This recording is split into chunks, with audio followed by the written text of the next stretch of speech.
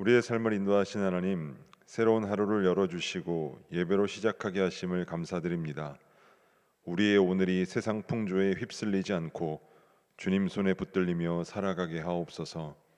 우리가 있는 자리가 주님이 기뻐하시지 않는 자리라면 속히 떠나게 하시고, 주님이 머물기 원하는 자리라면 계속 머무는 하루가 되게 하여 주시옵소서. 이 시간 예배를 통해 우리의 심령을 채워주셔서 하늘의 소망으로 하루를 살아내게 하여 주시옵소서. 이 기도를 함께 드리며 이제 감사 특밤을 위한 공동 기도문으로 하나님 앞에 기도하겠습니다. 인자하심과 진실하심이 영원하신 하나님, 풍성한 수확의 계절 온라인 감사 특밤을 통해 우리에게 베푸신 감사의 열매를 세어보게 하시니 감사드립니다. 감사 특밤을 통해 말씀의 열매를 주렁주렁 맺어 큰 은혜와 기쁨이 넘치는 영적 잔치가 되게 하여 주시며, 마음에 품었던 자들과 함께 예배하며 전도의 열매도 맺게 하셔서 하늘나라에도 기쁨의 잔치가 벌어지는 놀라운 사건을 경험케 하옵소서. 말씀을 공급하시는 모든 강사님들에게 성령의 충만함을 허락하시고, 잔치에 참여한 모든 사람들의 마음 문을 열어주셔서 주님을 영접하고 이웃을 환대하며 도시를 새롭게 하는 일에 한 마음이 되게 하옵소서. 예수님의 이름으로 기도드립니다. 아멘. 찬송가 545장 찬송하겠습니다.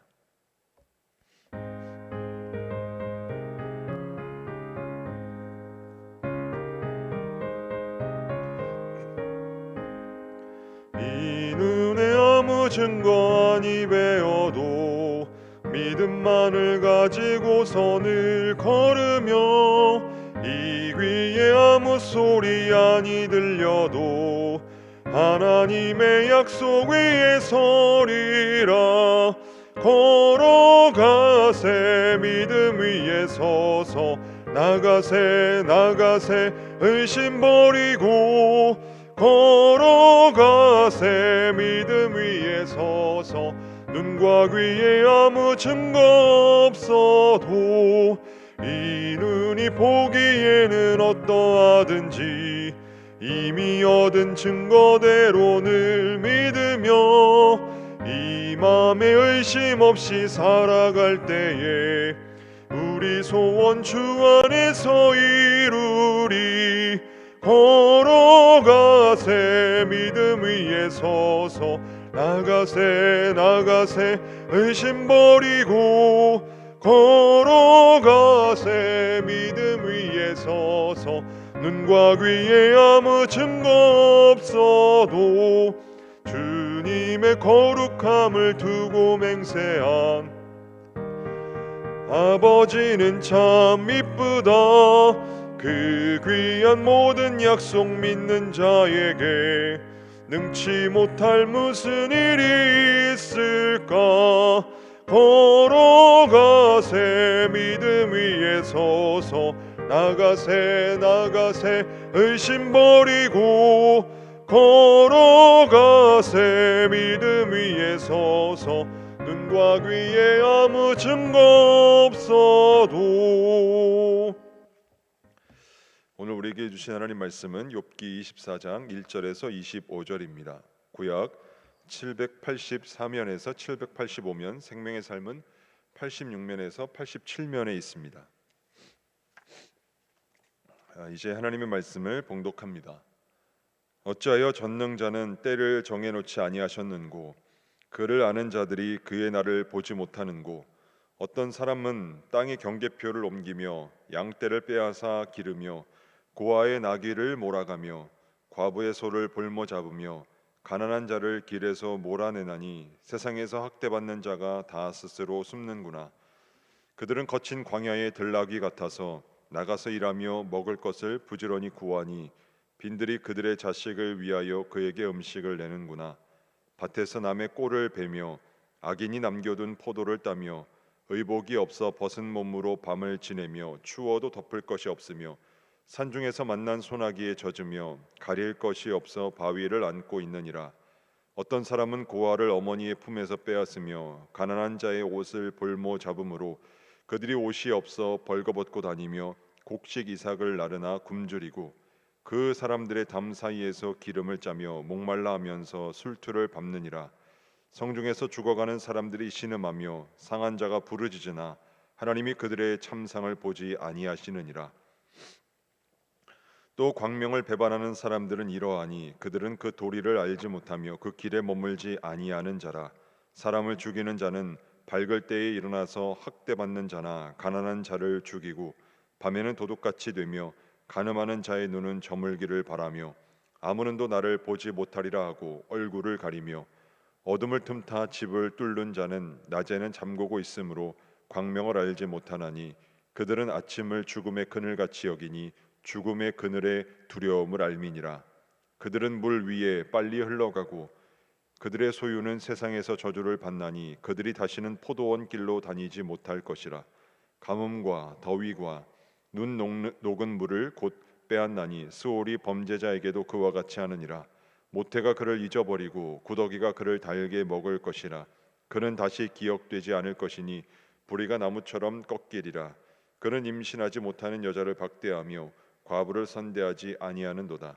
그러나 하나님이 그의 능력으로 강포한 자들을 끌어내시나니 일어나는 자는 있어도 살아남을 확신은 없으리라. 하나님은 그에게 평안을 주시며 지탱해 주시나 그들의 길을 살피시도다. 그들은 잠깐 동안 높아졌다가 천대를 받을 것이며 잘려 모아진 곡식 이삭처럼 되리라. 가령 그렇지 않을지라도 능히 내 말을 거짓되다고 지적하거나 내 말을 헛되게 만들 자 누구랴. 이 말씀은 살아계신 하나님의 말씀입니다. 아멘. 오늘 이 새벽에도 엎드림 새벽기도의 자리에 나오신 우리 모든 성도 여러분들을 주님의 이름으로 환영하고 축복합니다. 오늘 저희가 읽은 이 본문 말씀 1절은 표준 세번역에 의하면 이렇게 시작하고 있습니다. 어찌하여 전능하신 분께서는 심판하실 때를 정하여 두지 않으셨을까? 어찌하여 그를 섬기는 사람들이 정당하게 판단받을 날을 정하지 않으셨을까? 욥은 하나님을 향해 탄식이 섞인 질문을 합니다. 그리고 1절 이후에 그 구체적인 예를 들고 있습니다. 2절 말씀입니다. 경계선까지 옮기고 남의 가축을 빼앗아 제 우리에 집어넣는 사람도 있고, 경계선을 옮긴다는 것은 남의 영역을 침범한다는 것을 의미합니다. 이 경계선, 이 경계표는 도둑질과 탐욕과 연관이 됩니다. 남의 가축을 빼앗아서 자기 우리에 집어넣어서 부자가 되는 사람이 있습니다. 하나님께서는 왜 이런 사람들을 향해 심판의 때를 정하지 않으셨냐는 것입니다. 3절 말씀입니다. 고아의 나귀를 강제로 끌어가는 사람이 있는가 하면 과부가 빚을 갚을 때까지 과부의 소를 끌어가는 사람도 있구나. 고아에게 있어서 나귀는, 그리고 과부에게 있어서 소는 아마 그들의 남겨진 유일한 생계의 수단이었을 것입니다. 즉 나귀나 소를 강제로 탈취했다는 것은 과부나 고아가 어떻게든 이 남겨진 짐승으로 말미암아 살아가려고 발버둥을 치는데 그것마저 빼앗아가는 사람이 있다는 겁니다. 9절 상반절 말씀입니다. 아버지 없는 어린아이를 노예로 빼앗아가는 자들도 있다. 고아를 빼앗아 노예로 팔아버리는 사람도 있었습니다. 9절 하반절과 10절 상반절입니다. 가난한 사람이 빚을 못 갚는다고 자식을 빼앗아가는 자들도 있다. 가난한 사람들은 입지도 못한 채로 헐벗고 다녀야 한다. 가난한 자는 옷이 많지 않습니다. 그런데 가난한 사람들은 입지도 못했다는 것은 아마 이 가난한 사람들이 입고 있었던 단벌옷을 빼앗아가는 사람이 있었던 것 같습니다. 지금 이와 같이 욥이 언급하고 있는 것은 악인들이 활개치며 살아가고 있는 세상입니다. 이런 사람들은 14절부터 16절 말씀입니다. 살인하는 자는 새벽에 일어나서 가난한 사람과 궁핍한 사람을 죽이고 밤에는 도둑질을 한다. 간음하는 자는 저물기를 바라며 사람들이 눈치채지 못할 것이라고 생각하며 얼굴을 가린다. 도둑들은 대낮에 털집을 보아 두었다가 어두워지면 벽을 뚫고 들어간다. 이들은 해가 뜨면 가난한 사람들 혹은 궁핍한 사람들을 죽이려고 찾아다니고, 대낮에는 도둑질을 할 집을 보아두었다가 밤이 되면 낮에 보아두었던 그 집에 구멍을 뚫고 들어갑니다. 가늠하는 사람들은 사람들이 눈치채지 못할 것이라고 생각하며 밤이 되기만을 기다린다고 말합니다. 욥은 하나님께 도대체 왜 이러한 파렴치한 사람들을 그대로 두는지 묻고 있습니다. 하나님께서는 이런 사람들을 향한 심판의 때를 왜 정하지 않으셨냐는 것입니다. 왜 그렇습니까? 하나님께서는 다 알고 계시기 때문입니다. 23절 말씀입니다. 하나님이 악한 자들에게 안정을 주셔서 그들을 평안하게 하여 주시는 듯하지만 하나님은 그들의 행동을 낱낱이 살피신다. 하나님께서는 그들의 일거수일투족을 다 보시면서 악인의 그들의 길, 그들의 행함을 다 아시면서 침묵하시는 하나님이, 그 하나님이 도무지 이해가 되지 않는다는 것입니다. 이 본문에 나오는 욥은 하나님의 공의의 실현을 강력하게 기대하는 것처럼 보입니다. 하지만 실상은 욥이 말하려고 하는 것은 불의가 판을 치고 힘없는 자들이 압제를 당하고 있는 이해할 수 없는 세상의 상황이 아닙니다. 오히려 그는 이처럼 무죄한 자들이 고통을 받고 살아가고 있는 이 세상의 상황을 통해 무죄한 자신이 이와 같은 고난을 당해야 하고 있는 억울함을 토로하고 있는 것입니다. 다시 말해서 욥은 하나님께서 악인들의 행위에 대해서 침묵하고 계시는 것처럼 자신의 고난을 돌아보지 않으시고 응답하지 않으신 하나님, 방관하시는 하나님에 대해 불만을 항변하고 있는 것입니다. 그러나 이는 비단 욥의 고민만이 아닙니다. 이 하나님께서 침묵하시는 것은 어제 오늘의 일만이 아니기 때문입니다. 신앙을 갖고 살아가는 사람들에게 풀기 어려운 문제 중 하나는 하나님의 침묵입니다. 하나님은 아브라함의 나이 75세에 나타나셔서 다음과 같이 말씀을 하십니다. 창세기 12장 1절에서 4절까지의 말씀입니다. 여호와께서 아브라함에게 이르시되 너는 너의 고향과 친척과 아버지의 집을 떠나 내가 내게 보여줄 땅으로 가라. 내가 너로 큰 민족을 이루고 내게 복을 주어 내 이름을 창대하게 할지니 너는 복이 될지라. 너를 축복하는 자에게는 내가 복을 내리고 너를 저주하는 자에게는 내가 저주하리니 땅의 모든 족속이 너로 말미암아 복을 얻을 것이라 하신지라. 이에 아브라함이 여호와의 말씀을 따라갔고 롯도 그와 함께 갔으며 아브라함이 하란을 떠날 때에 75세였더라. 하나님께서는 75세의 아브라함에게 나타나셔서 이런 약속을 주시고도 아주 오랫동안 침묵을 하십니다. 그 후 아브라함은 여종 하갈을 통해서 이스마엘을 낳습니다. 창세기 16장 16절입니다. 하갈이 아브라함에게 이스마엘을 낳았을 때 아브라함이 86세였더라. 75세의 약속을 받은 아브라함은 86세에 이스마엘을 낳았습니다. 그리고 그 다음 절 창세기 16장 16절 다음 절인 창세기 17장 1절은 이렇게 시작합니다. 아브라함이 99세 때에 여호와께서 아브라함에게 나타나 그에게 이르시되 나는 전능한 하나님이라 너는 내 앞에 행하여 완전하라. 아브라함이 86세에 이스마엘을 낳은 후 하나님은 그에게 나타나신 때가 99세가 된 후에야 나타나십니다. 하나님은 아브라함에게 13년간이나 침묵하셨습니다. 이 한 절 사이에 13년이라는 시간의 간격이 발생합니다. 아마도 아브라함은 하나님께서 직접 약속하신 그 약속은 도대체 어떻게 된 것입니까? 왜 하나님께서 직접 말씀하신 그 약속의 성취는 이루어지지 않는 것입니까? 아마 되물었을 것입니다. 그리고 속히 그 약속을 이루어 달라고 간구하였을 것입니다. 그러나 하나님께서는 침묵하셨습니다. 어떤 응답도 없었습니다. 아브라함에게는 어떤 변화도 나타나지 않았습니다. 하나님께서 잔인할 정도로 침묵하셨을 때가 언제였을까요? 바로 십자가입니다. 하나님은 예수께서 십자가에 달리셨을 때 그 어느 때보다도 침묵하셨습니다. 예수님께서 나의 하나님 어찌하여 나를 버리셨나이까? 십자가 위에서 절규하실 때 하나님께서는 침묵하셨습니다. 비단 욥에게만이 아니라 오늘을 살아가는 우리에게도 하나님께서 침묵하실 때가 있습니다. 하나님을 믿고 세상을 살아가지만, 신앙을 갖고 살아가지만 인생에서 만나는 수많은 물음표가 있습니다. 하나님의 백성들이 신음하며 살아갑니다. 무죄한 자가 고난을 당하기도 합니다. 현실은 조금도 개선되지 않습니다. 많은 사람들이 코로나의 종식을 위해서 기도하지만 어려운 상황은 지속되고 있습니다. 하나님을 예배하기 위하여, 그 하나님께 영광을 올려드리기 위하여 모이지만 하나님은 교회를 지켜주시지 않는 것 같기도 합니다. 하나님의 심판은 너무도 멀리 있는 것 같이 느껴질 때가 있습니다. 그러나 여러분, 우리가 기억해야 할 것이 있습니다. 하나님의 침묵은 언제나 과정이라는 겁니다. 결과가 아니라 과정이라는 겁니다. 하나님의 침묵은 영원하지 않습니다. 반드시 하나님께서는 침묵을 깨고 말씀하시며 역사를 일으키실 때가 있습니다. 때문에 하나님께서 침묵하실 때 낙심이나 원망이 아닌 인내로 기다리는 것이 필요합니다. 그러기 위해서 우리에게 있어야 할 것은 이해할 수 없는, 때로는 받아들이기 힘든 이 하나님의 침묵 앞에서 우리가 해야 할 것은 우리의 위치가 어디인지를 아는 것입니다. 쓰레기통은 쓰레기를 담아두거나 모아두는 통입니다. 쓰레기통은 집안뿐만이 아니라 집 밖 어디에서도 쉽게 볼 수가 있습니다. 공공기관, 공원, 정류장, 심지어 컴퓨터에도 쓰레기통이 있습니다. 쓰레기통에는 사용한 휴지 조각, 또 다 먹은 과자 봉지, 바닥에 떨어진 머리카락 이외에도 수많은 쓰레기들이 가득하게 됩니다. 쓰레기통이 꽉 차게 되면 안에 있는 내용물을 비우죠.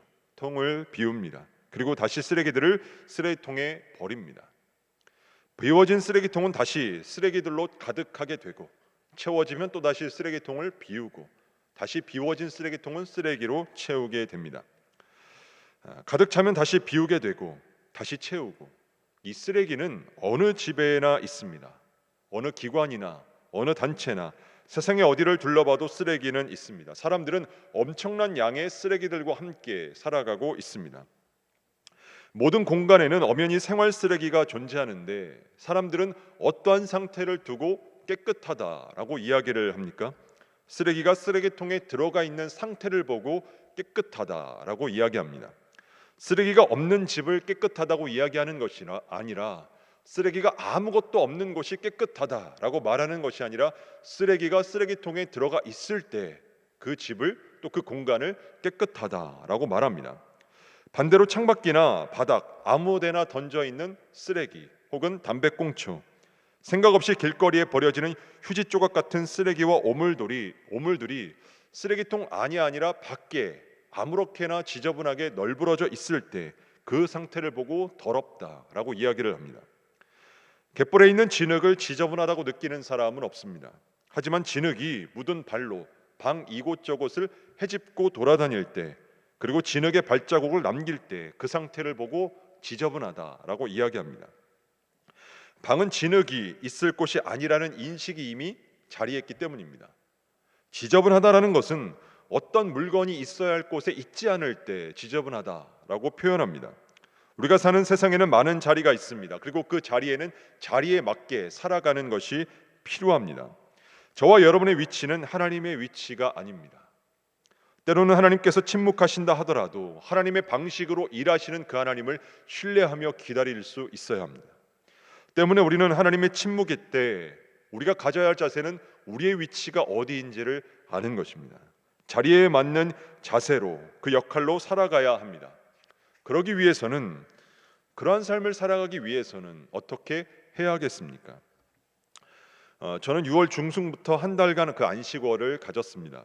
그때 방문하게 된 지역에서 5명의 식구가 이동하기 위해 차량을 렌트했습니다. 그리고 머물기 위해서 숙소도 렌트했습니다. 차량도 제 것이 아니었고 숙소도 제 것이 아니었습니다. 이 렌트하는 것의 핵심은 내 것이 아니라는 데 있습니다. 최근 사람들의 소비 형태가 새로워지고 있습니다. 누릴 수 있다면 더 이상 집착하는 것에, 소유에 집착하지 않습니다. 바로 그 중에 하나가 이 렌탈리즘입니다. 완전히 내 것이 될 수는 없지만 일정 기간 동안에 많지 않은 돈으로 다양한 제품을 누릴 수 있다는 것입니다. 렌트하는 상품을 보면 과거에는 정수기 정도였지만, 그러나 요즘은 어린아이 장난감, 또 오디오, 오토바이, 승용차까지 쉽게 렌트합니다. 근데 이것이 성경적인 사고가 아닌가라고 생각할 때가 있습니다. 살아가면서 우리에게 주어진 모든 것은 내 것이 아닙니다. 우리는 잠시 맡아서 관리할 뿐입니다. 하지만 종종 내 것이 아닌 것을 내 것으로 착각할 때가 있습니다. 그래서 우리의 위치가 어디인지를 착각하는 것이죠. 다른 사람의 물건을 사용합니다. 빌려서 사용하다가 어느새 그 물건이 내 책상 위에 계속적으로 있는 것을 볼 때가 있습니다.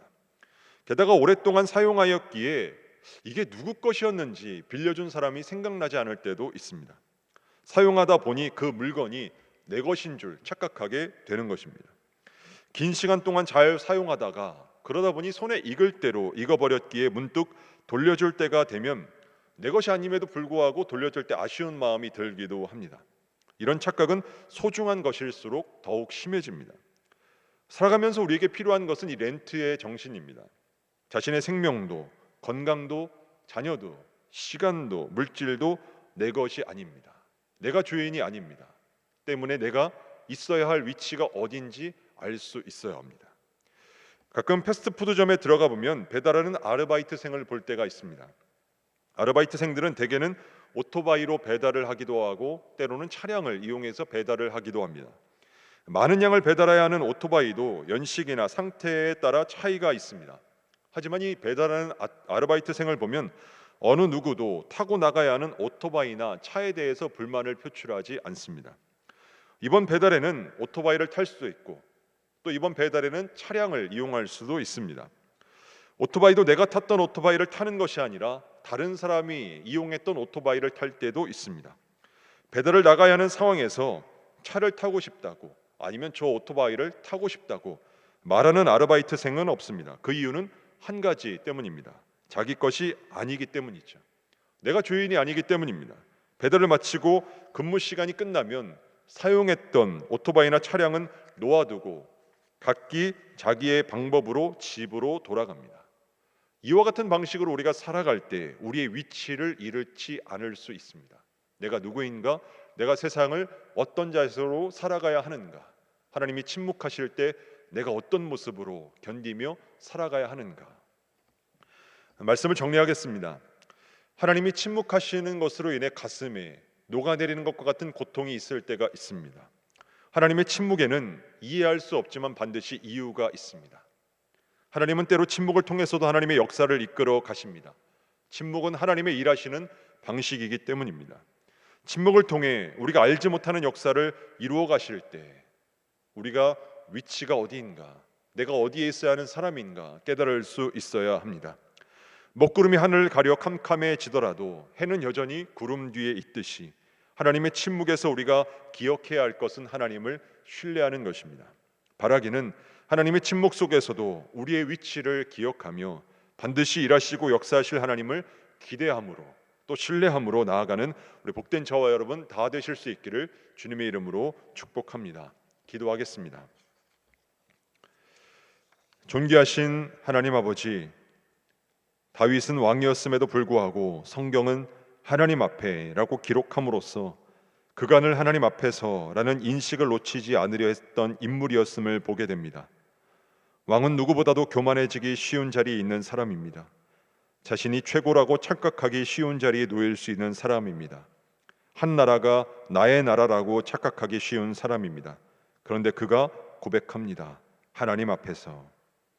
그는 언제나 하나님 앞에 있으려고 했던 사람입니다. 우리가 그와 같은 인식으로 세상을 살아가길 소망합니다. 욥과 같은 인식이 아니라 하나님 앞에서 하나님의 뜻을 받아들이며 하나님의 침묵도 견뎌내며 겸손히 묵묵히 하나님의 인도하심에 따라 때로는 인내하고 견디며 우리의 위치 안에서 겸손함으로 낮아짐으로 믿음으로 살아내는 우리 모두가 되게 하여 주시옵소서. 고은 원로 목사님, 가시는 곳곳마다 만나는 모든 이들이 주님의 마음을 품는 자들로 변화되는 역사가 일어나게 하여 주시옵소서. 허요한 담임 목사님 붙들어 주시사 잠자는 영혼들을 깨우고 상한 영혼들을 주께로 인도하는 역사들이 나타나게 하여 주시옵소서. 종회를 섬기실 때 어둠 속에 갇힌 듯한 한국교회가 빛을 향해 달려가도록 쓰임받는 역사가 나타나게 하여 주시옵소서. 감사 특밤을 통해 하나님을 깊이 만나는 시간이 되기를 소망합니다. 하나님께서 주시는 은혜의 힘으로 세상을 살아가는 우리 모두가 되게 하여 주시고 받은 은혜대로 세상에서 주의 뜻을 온전히 드러내며 살아내는 우리 모두가 되게 하여 주시옵소서. 이 새벽에도 온라인으로 귀한 헌금을 드린 손길이 있습니다. 그 모든 손길마다 진실된 신앙 고백이 묻어나는 예물 되게 하여 주시고 이 예물이 쓰이는 곳마다 많은 열매가 일어나게 하여 주시옵소서. 삶이 고달픈 이들을 위로하는 물질이 되게 하시며 복음이 전파되고 영혼을 구하는 일에 쓰임 받게 되는 주님의 향기가 나타나는 예물 되게 하여 주시옵소서. 이 모든 말씀 예수 그리스도의 이름으로 기도드립니다. 아멘. 하늘에 계신 우리 아버지, 아버지의 이름을 거룩하게 하시며 아버지의 나라가 오게 하시며 아버지의 뜻이 하늘에서와 같이 땅에서도 이루어지게 하소서. 오늘 우리에게 일용할 양식을 주시고 우리가 우리에게 잘못한 사람을 용서하여 준 것 같이 우리 죄를 용서하여 주시고 우리를 시험에 빠지지 않게 하시고 악에서 구하소서. 나라와 권능과 영광이 영원히 아버지의 것입니다. 아멘. 우리 이 시간 기도하실 때 나라와 민족과 교회를 위해 특별히 코로나의 종식과 또 오늘 말씀을 놓고 계속해서 기도의 자리로 나아가겠습니다.